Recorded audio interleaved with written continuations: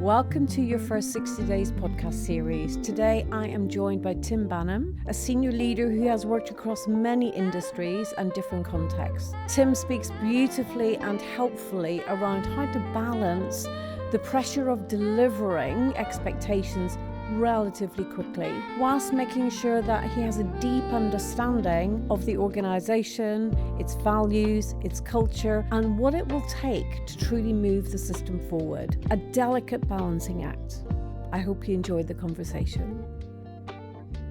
Tim, hello, good morning, and welcome. Thank you, Tess. Great to see you again. I am delighted to have you alongside me this morning in the studio. It does feel like quite some time. So I think there's lots of catching up to do in terms of your movement around industry. I know that you're predominantly telco, media, tech in that environment, but you have had a couple of really significant moves. What have you learned from your own journey of moving? And I'd love to hear both what's worked, but also with the benefit of hindsight, where could you have done things differently that you will now take into your current context? I'll start with what I've learned and perhaps things which now, as I'm going into a new role, is forefront of my mind. And I think the biggest thing that I underestimated in my first big move was the power of culture and the gearing effect that has on your success as a new leader coming in.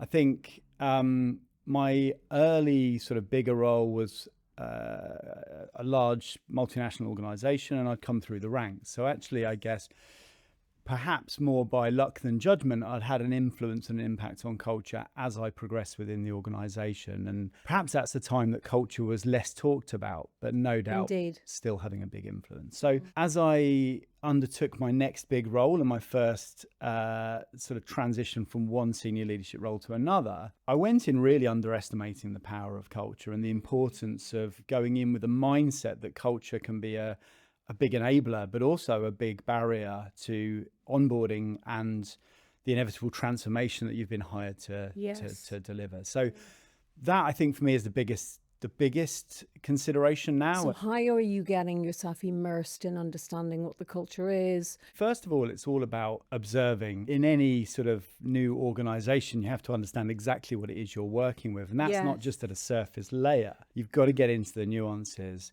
what motivates people, what motivates them at an individual level, what motivates them at a team level, and really understand what you're working with. I think it's really important to reserve making any initial judgments, but probe on the things that you're sort of thinking and take the temperature of the room, take the temperature of the individuals. You've got to find a balance between giving the right level of information so people understand where they're going and why they're going there, without nailing your colours to the mast too early on things that perhaps need a little bit more investigation. And transformation is a continuous timeline. It's just the scale of that, or breadth and depth of that transformation, that I think is important in the early days to make sure that you get it right. Tell us how you're navigating, either from past or current, could be both.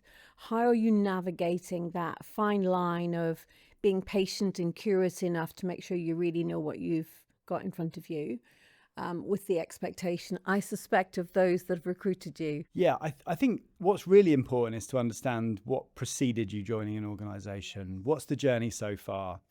And I think that's a useful reference point. I think understanding what journey they've been on, where those sort of pitfalls have been or the failures of old, and what the learnings were from that, and then trying to unpack that and understand a bit more about perhaps why it failed. And there could be any number of reasons. Yes. I think then going into it very, very clearly, articulating why this time things will be different if you're going to go down a similar path, or what we're going to do differently, and how that, how other members of the team, both at an executive level and throughout the organization, can help support that transformation journey. I think it's really important also, as you start that transformation journey, to make sure that it's exactly that, a journey. Yes. I always like the analogy of, we've got a bus, this is where the bus is going. First of all, you've got to have the right people on the bus. And that's not always a given, particularly in an organization where transformation is required. And then once you've got the right people on the bus, are they in the right seats in the bus? Yes. But I think as soon as you've decided and started to make clear decisions of the direction, you need to make sure that everyone that is with you on that journey is prepared to do what it takes and prepared to take the right seat on the bus. Yes, I think we can agree. Easy to say, not always so easy to do. And not least of all, because they're big decisions. And if you haven't had the chance to get a quality debrief of the extended journey, not just from your predecessor, sometimes you can bump into things without realizing, okay, now I get why there's resistance to X or Y. Have you experienced that, and have you found a way around it? I think that's where being super curious and from the very start of your journey with any organization, seeking to understand as much as you can about the sort of cultural nuances that I mentioned earlier. I think that's really, really important. And I think, continuing to get very different perspectives on certain situations, I think it's important for two reasons. One, it helps you understand the variety of thinking within an organization and within the team. I think it also stops you from sort of jumping to conclusions with insights that you might have gleaned from a CEO that's brought you in. The more you can try and understand about the business with your own set of eyes, knowing the skill sets and the history and the anchor points you've got that you use to help drive the change in the new environment is super important there. Yeah, definitely. Tell us what have you learned around how to get enough freedom, enough time whilst managing what might be quite a high pressured environment. That's a super important point. I think when you come into an organization, you come in without any real context or insights beyond what you've been told. Now, of course, invariably what you've been told is accurate, but it's missing the nuances around actually what the challenges around getting to the end goal is. And in fact, what I've learned over the years is the assumptions that are in place when you go into a role are quite often a singular viewpoint on some of the challenges, opportunities, whatever it may be. And I guess ultimately that's why you're employed into a business, into a role, because they want someone to bring in their own ideas. I think it's really, really important to, like you say, you talk about stakeholder management, to make sure that as part of that journey, you're sort of constantly playing back where there are variables to the original or initial thinking. And I think making sure that you're checking in with your stakeholders, making sure that there is alignment at a board level with the executive team, making sure that you're feeding back to them and that they're playing back to you. So it's a continuous dialogue. An ongoing dialogue. An ongoing dialogue. And some senior leaders that I've worked with, they kind of want you to be sort of set and forget. I've brought in Tim to solve a problem. Yes. And I think that's absolutely fine, because you're bringing in a senior leader with experience to be able to solve that problem. But if the assumptions around the problem are slightly inaccurate, or there's some nuances that maybe haven't been picked up on, it's really important to keep checking in and making sure that is a dialogue. And I speak from experience, where I've gone into an organization, I have started to build an awareness and an understanding of some of the challenges. There was perhaps some misfits with the initial sort of thinking from the executive team. And sort of several weeks in fact, sort of slap bang within that sort of, as you're getting to the end of that 60-day period, I'm like, I know what the problem is, and I'm going to crack on and solve the problem. The problem is, or the challenge is, that then if you haven't brought the rest of the executive team on that journey, you're off solving a problem that they didn't know existed, or they didn't know that was one of the problems prohibiting success. So then you've got to go back retrospectively and get them on your page and explain why that's so important to the transformation of the business. It's also so much more powerful when your executive team are aligned, because rarely are these things happening in a silo. And in fact, you're only reinforcing the silos if you're trying to fix a problem in 100%. A silo. So that's where cross-team collaboration is super important. A sort of typical remit for me is I want to become a sales-driven organization, but that doesn't mean we're going to transform the sales organization. That means we're going to transform the whole organization to be customer-focused, customer-oriented, and not driven by pure commercials, but being driven by customer and commercial success. And that's where you start to see real transformation. Is not when you're chasing the money, but you're chasing the things that lead to the money, which is invariably focused on customer value and delivering on the promise that you set. What would you say you've learned around what might be different, and there might not be, but what might be different depending on the context of the business and the scale of the business that you're in?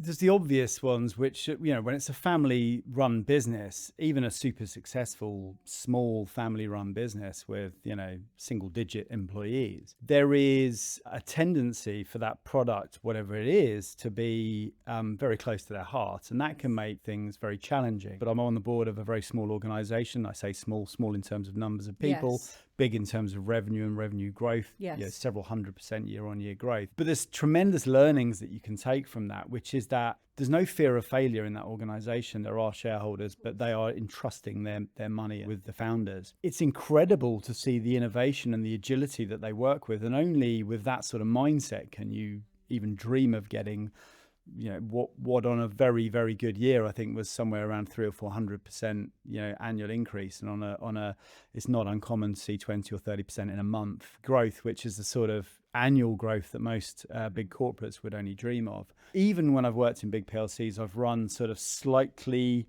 separate businesses that we were in a position where we could kind of do what we wanted. That's an environment that I've thrived in. Yes. I love the framework of a big organization. I think, in fact, there's a lot that you can learn from that I've implemented in smaller businesses. Typically in a corporate environment, once you start to show you're on the right track and you're delivering those results, you get a bit more of a free rein, and that continues to increase. And I think that's where it gets quite exciting. Let me now ask you to stand in the seat of the observer as you look out at, you'll have lots of friends, colleagues, ex-colleagues that move through their onboarding period. Where do you see from what you observe in others, and of course we're looking over time, that are the classic blind spots? I'm going to come back very briefly to culture, but I know we Sure. have done that. I think culture can be a massive blind spot from an onboarding perspective. I think making too many assumptions, and I think the danger is that very quickly you can kind of be absorbed by other people's bias and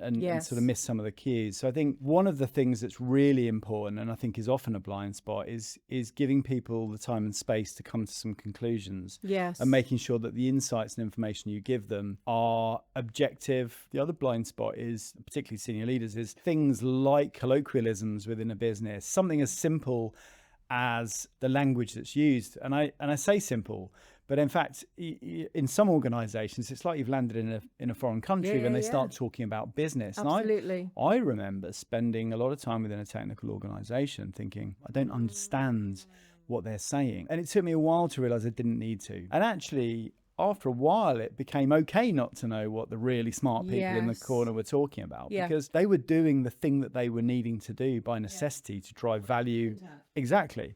And I think the sooner you can get comfortable with that, the better. But actually, there's something quite liberating about being able to stand back and go, I want to be able to contextualize that in the work I'm doing, but I don't need to know all about the acronyms that you've just talked about. And I think there's something quite liberating getting to that place. I think it's not easy to do because nobody likes to admit they don't understand. It takes a bit of humility, right? Massive amounts of humility. I think that's probably one of the biggest areas that a senior leader needs to be really, really comfortable with is having that humility and being able to say, I don't understand, being able to ask for help. And to your point earlier, when you talked about stakeholders, people always tend to look up for stakeholders.